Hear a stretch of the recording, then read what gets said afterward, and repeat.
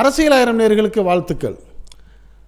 ஆட்டத்தை ஆரம்பித்த ஆதம் அர்ஜுன், ஆசீர்வாதம் செய்த திருமாவளவன், களம் மாற போகிற காளியம்மா, கடும் கோபத்தில் சீமானும் எடப்பாடியும் சொல்லி புதுசாக நிறைய தகவல்கள் குவிய ஆரம்பிச்சிருச்சு. அரசியலில் ஒரு பெரிய வித்தியாசமான எதிர்பார்ப்பு 2026 தேர்தலில் இருக்குங்கிறத மட்டும் இப்போ உறுதியாயிருச்சு.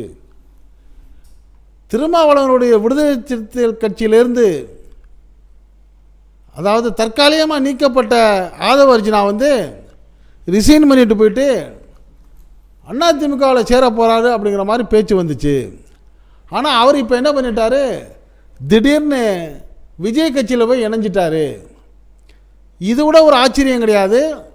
விஜய் கட்சியில் இணைஞ்சதோடு அடுத்த நிமிஷம் நேராக என்ன பண்ணுறாரு, திருமாவளவனை சந்தித்து முதல்ல ஆசி பெற்றுட்டு அவர் அந்த செய்தியாளர்கள்ட்ட ஒரு செய்தி சொல்கிறாரு. அதை மட்டும் ஒரு அரை நிமிஷம் நம்ம கேட்டுட்டு அடுத்த இடத்துக்கு போவோம்.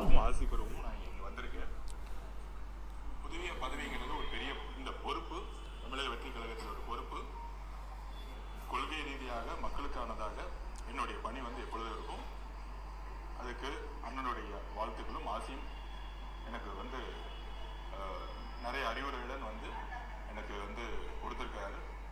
அது அண்ணனுக்கு ரொம்ப நன்றி.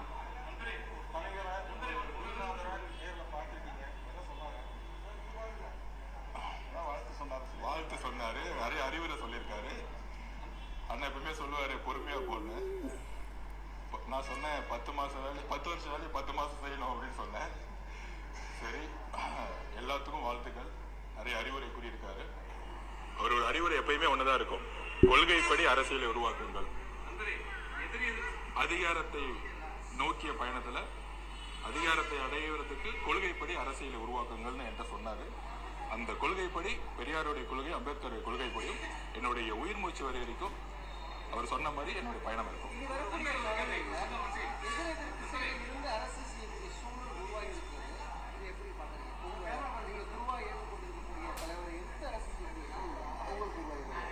எங்களுக்கும் தலைவர் அவர்களுக்கும் கொள்கை அடையில எந்த விதமான எதிர் துருவமே கிடையாது. எங்களுக்கும் மதவாதத்திற்கு எதிராக இருக்கும், சாதியவாதத்துக்கு ஆகும்.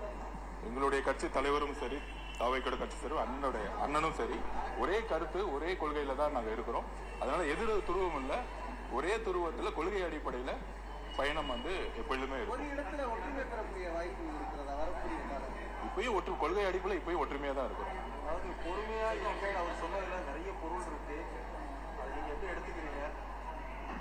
ஒரு அறிவுரையை எடுத்துக்கிட்டு அதை செயல்ல நான் கண்டிப்பா காப்பேன். அவசரப்பட்டுட்டோமோ, மறுபடியும் பேசியிருந்தா இங்கே நீடிச்சிருக்கலாமோ? நான் இங்கதான் நீடிச்சிருக்கேன், அதனால தான் இங்க நிக்கிறேன். நீங்க ஒரு இந்த ஆசான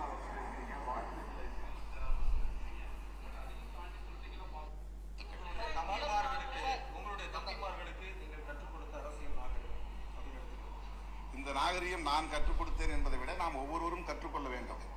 நாம் களத்தில் எவ்வளவு கடுமையாக முரண்பட்டாலும் கூட பகையாக இதை செய்யக்கூடாது. சில பேர் வெளியே போன உடனே கடுமையான விமர்சனங்களை வைப்பார்கள், அவதூறுகளை பரப்புவார்கள், ஒரு தலைமையின் மீதான பிம்பத்தை சிதைக்க முயற்சிப்பார்கள். அப்படி எந்த அணுகுமுறையும் அவர் கையாளாமல்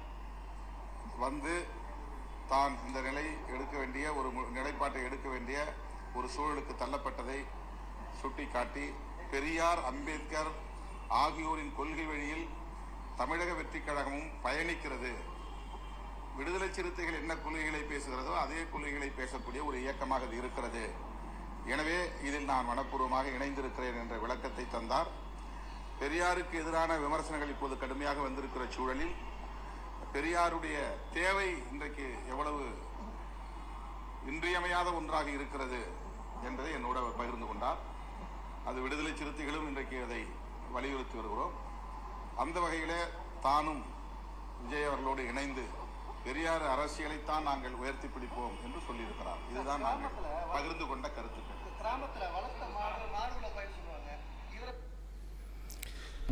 இப்போ விஜய் கட்சியில் இணைஞ்ச கையோட வேலையாக திருமாவளவன் அவர்கள்ட்ட ஆதவ அர்ஜுனா வாழ்த்து பெறாரு. அப்படி வாழ்த்து பெறப்ப அவருடைய முகத்திலையோ அவருடைய சந்திப்புலையோ எந்த விதமான வித்தியாசமுமே இல்லை. மிக சந்தோஷமாக சிரித்த முகத்தோடு வர்றாரு.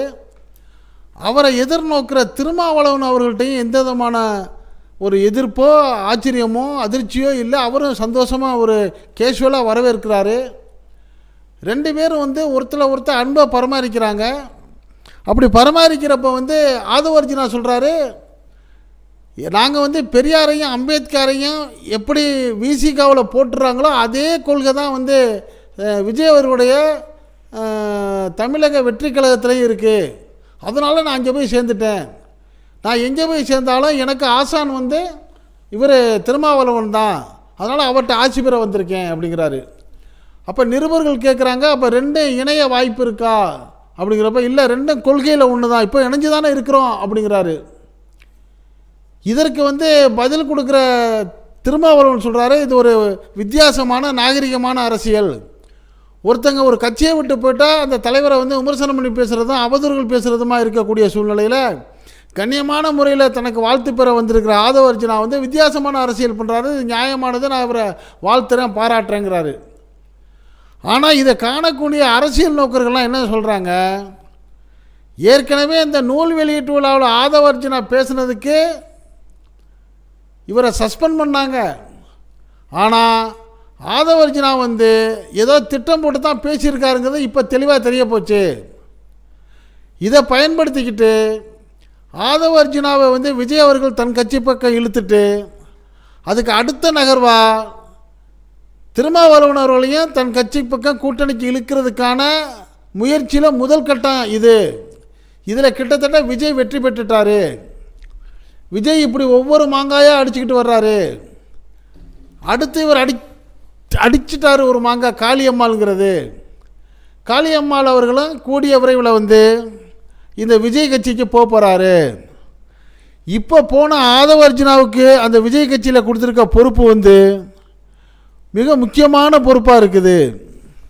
அது என்ன பொறுப்புன்னா, தேர்தலுடைய வியூகம் வகுப்பு துணை பொதுச் செயலாளர். இது எந்த அரசியல் கட்சியுமே இதுவரைக்கும் எடுக்காத ஒரு துறையாக இருக்குது. தேர்தல் வியூகம் வகுப்பு துணை பொதுச் செயலாளருங்கிற முக்கியமான பொறுப்பை இணைஞ்ச அடுத்த நிமிஷத்தில் கொடுத்துட்டாரு விஜய். அதே போல் காளியம்மாள் அவர்களுக்கு துணை பொதுச் செயலாளர் பொறுப்பு அங்கே தயாராகிடுச்சு விஜய் கட்சியில். மூணாவது பாலா பிஜேபியிலிருந்து ஏடிஎம்கேக்கு போன சிடிஆர் நிர்மல்குமார், அவரும் இப்போ அங்கே போகிறாரு. நாலாவது பால் நாம் தமிழர் கட்சியுடைய மாநில ஒருங்கிணைப்பாளராக இருந்த ஜெகதீச பாண்டியன் இன்றைக்கு இப்போ ரிசைன் பண்ணியிருக்காரு. நாம் தமிழர் கட்சியிலேருந்து ரிசைன் பண்ணதோட அவர் அந்த ப்ரெஸ்ஸுக்கு கொடுத்துருக்க லெட்டரில் என்ன சொல்கிறாரு, சீமான் அவர்களுடைய போக்கு பெரியாரை தாக்கி பேசினா தமிழ்நாட்டில் யாருமே ஏற்றுக்க மாட்டாங்க. இவர் பெரியாரை தாக்கி பேசுகிறதோடு மட்டும் இல்லாமல் இவரை பாஜக ஆர்எஸ்எஸ் கூட்டம் ஆதரித்து பேச ஆரம்பிச்சிச்சு. ஆதரித்து பேச ஆரம்பித்த அந்த பாஜக ஆர்எஸ்எஸ் கூட்டத்தை இவர் வழிமொழிஞ்சு வாழ்த்தி பேச ஆரம்பிச்சிட்டார் சீமான். ஹெச் ராஜாவை பேரறிஞர் ஹெச் ராஜாங்கிறாரு, அண்ணாமலை என் பிரதருங்கிறாரு, முன்னாள் மாநில தலைவர் டாக்டர் தமிழிசை சவுந்தரராஜன் சீமான் அவர்கள் எங்கள் கொள்கைக்கு வந்துட்டார், எங்களோடதே வந்துட்டாருங்கிறாங்க. மாரிதாஸ் புகழ்ந்து புகழ்கிறாரு. ஹெச் ராஜா சீமான் செய்ததில் என்ன தப்புங்கிறாரு. சம்பத்து, அதாவது இந்து முன்னணி சம்பத்து எங்கள் அண்ணன் சீமானு தலையில் தூக்கி வைக்க ஆரம்பிச்சிட்டாரு. இதையெல்லாம் வாழ்த்து வரவேற்கிற மாதிரி புது வியாக்கியம் கொடுக்க ஆரம்பிச்சிட்டாரு நம்ம சீமான் அவர்கள். சங்கின்னா தோழர்னு அர்த்தம்னு சொல்லி இந்த அளவுக்கு மாறுவான்னு நான் எதிர்பார்க்கல. அதனால் கொள்கைக்கு கொஞ்சம் கூட சம்பந்தம் இல்லாததுனால நமக்கு இனிமேல் அங்கே வேலை இல்லைன்னு நான் விலகிட்டேன்னு சொல்லி ஜெகதீச பாண்டியனை ப்ரெஸ் மீட்டு கொடுத்துருக்காரு.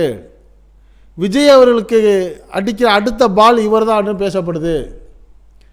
இதையெல்லாம் பார்க்க சீமான் அவர்களுடைய கட்சி பலகீனமாயிருச்சுங்கிறது பலருக்கும் தெரிஞ்சதாக இருந்தாலும் அதிமுகவிலையும் கொஞ்சம் அடிவயிறு கலங்க ஆரம்பிச்சிச்சுங்கிற மாதிரி சொல்கிறாங்க. அதிமுகவுடைய பொதுச் செயலாளர் மாண்புமிகு எடப்பாடியார் எதிர்பார்த்தது என்னென்னா, நம்ம கூட்டணியில் தம்பி விஜய் வந்துடுவார், நமக்கு அடுத்த இடத்துல அவரை வச்சு அவருக்கு ஒரு நல்ல ஒரு துணை முதல்வர் மாதிரி பதவி கொடுத்து அவர் அரவணை போன அவர் திட்டம் போடுறப்ப, நீங்கள் ஆளாக நான் ஆளாக காட்டுறேங்கிற மாதிரி விஜய் இப்போ பார்க்குற வேலை வந்து ஆகா நம்மளை முந்திருவாரோங்கிற பயத்தை ஏடிஎம்கேக்கு கொடுத்துருக்கு. இதையெல்லாம் பார்க்குற டிஎம்கே என்ன பண்ணுறாங்க, ஆகா நம்மளுடைய கூட்டணி நம்மளை விட்டு கலடாதான்னு திட்டம் போடுறப்ப வேறே ஏதோ ஒரு உள்குத்து வேலைகள் பயங்கரமாக நடக்கிற மாதிரி இருக்குது, அதனால் திருமாவளவனை எப்படியாச்சும் அழைச்சிட்டு போயிடுவாங்களோ அப்படிங்கிற ஒரு வெளிக்காட்டாத கவலை திமுகவுக்கும் இருக்குன்னு சொல்கிறாங்க. அந்த கவலை வர்றதுக்கு இன்னொரு காரணம், சமீபத்தில் பாட்டாளி மக்கள் கட்சியுடைய தலைவர் டாக்டர் ராமதாஸ் அவர்களும் அவருடைய மகன் அன்புமணி ராமதாஸ் அவர்களும் திமுகவே கொஞ்சம் வாழ்த்து வரவேற்று பேசுகிற மாதிரி சில பேச்சு அடிபட ஆரம்பிக்குது. பாஜகவும் பாமகவும் இருக்கிற கூட்டணியில் விசிக இருக்காதுன்னு பிரகடனப்படுத்தியிருக்க திருமாவளவன் அவர்கள் ஒருவேளை பாமக இந்த பக்கம் வந்தால் இதையே காரணம்னு சொல்லிட்டு அதிமுக பக்கம் போகிறதுக்கான வாய்ப்பு இருக்குன்னு பல அரசியல் நோக்கர்களும் பார்க்குறாங்க. ஆக ஏதோ மிகப்பெரிய அரசியல் மாற்றங்கள், கூட்டணி மாற்றங்கள் இதெல்லாம் நிகழப்போகிறது மட்டும் உண்மையாக தெளிவாக இருக்குது. ஒரு விஷயம் இப்போ கிட்டத்தட்ட முடிவுக்கு வருது, 4 முனை போட்டி வரப்போகிறது உறுதியாயிருச்சு. திமுக தலைமையிலான ஒரு கூட்டணி, அந்த திமுக தலைமையில் உள்ள கூட்டணியில் 3 கட்சிகள் அதை விட்டு போயிருங்கிறது கிட்டத்தட்ட நிரூபணமாக வரப்போகிற மாதிரி இருக்குது. அது ஒன்று, கே பாலகிருஷ்ணன் அவர்கள் சார்ந்திருக்கக்கூடிய அந்த பொது உடைமை கட்சி ஒரு அமைப்பு போகிறதுக்கான வாய்ப்பு இருக்குது. விடுதலை சிறுத்தைகள் கட்சியுடைய திருமாவளவன் அவர் சார்ந்த ஒரு அணி போக வாய்ப்பு இருக்குது. ஏற்கனவே தமிழக வாழ்வுரிமை கட்சி அந்த தலைவர் அவர்களும் திமுக விமர்சனம் பண்ணி பேசிக்கிட்டு இருக்கிறாரு. இப்படி 3 கட்சிகளும் திமுக கூட்டணியிலிருந்து வெளியே போயிட்டு வேற ஒரு அணி சேர்றதுக்கான வாய்ப்பு இருக்குங்கிற ஒரு தகவல் வருது. இன்னொரு பக்கம் அண்ணா திமுக பக்கம் இந்த 3 அணிகளும் போனாலும் விஜய் அவர்கள் வந்து இந்த புதிய ஆட்களை தன் பக்கம் வசப்படுத்தி கொண்டு ஆதவர்ஜுனா, விடுதலை சிறுத்தைகள், அதேபடி பிஜேபியிலேருந்து வரக்கூடிய ஒரு சிலர் சேர்த்துக்கிட்டு ஒரு கடன் டஃப் கொடுக்கறதுக்கான சூழ்நிலை இருக்குது.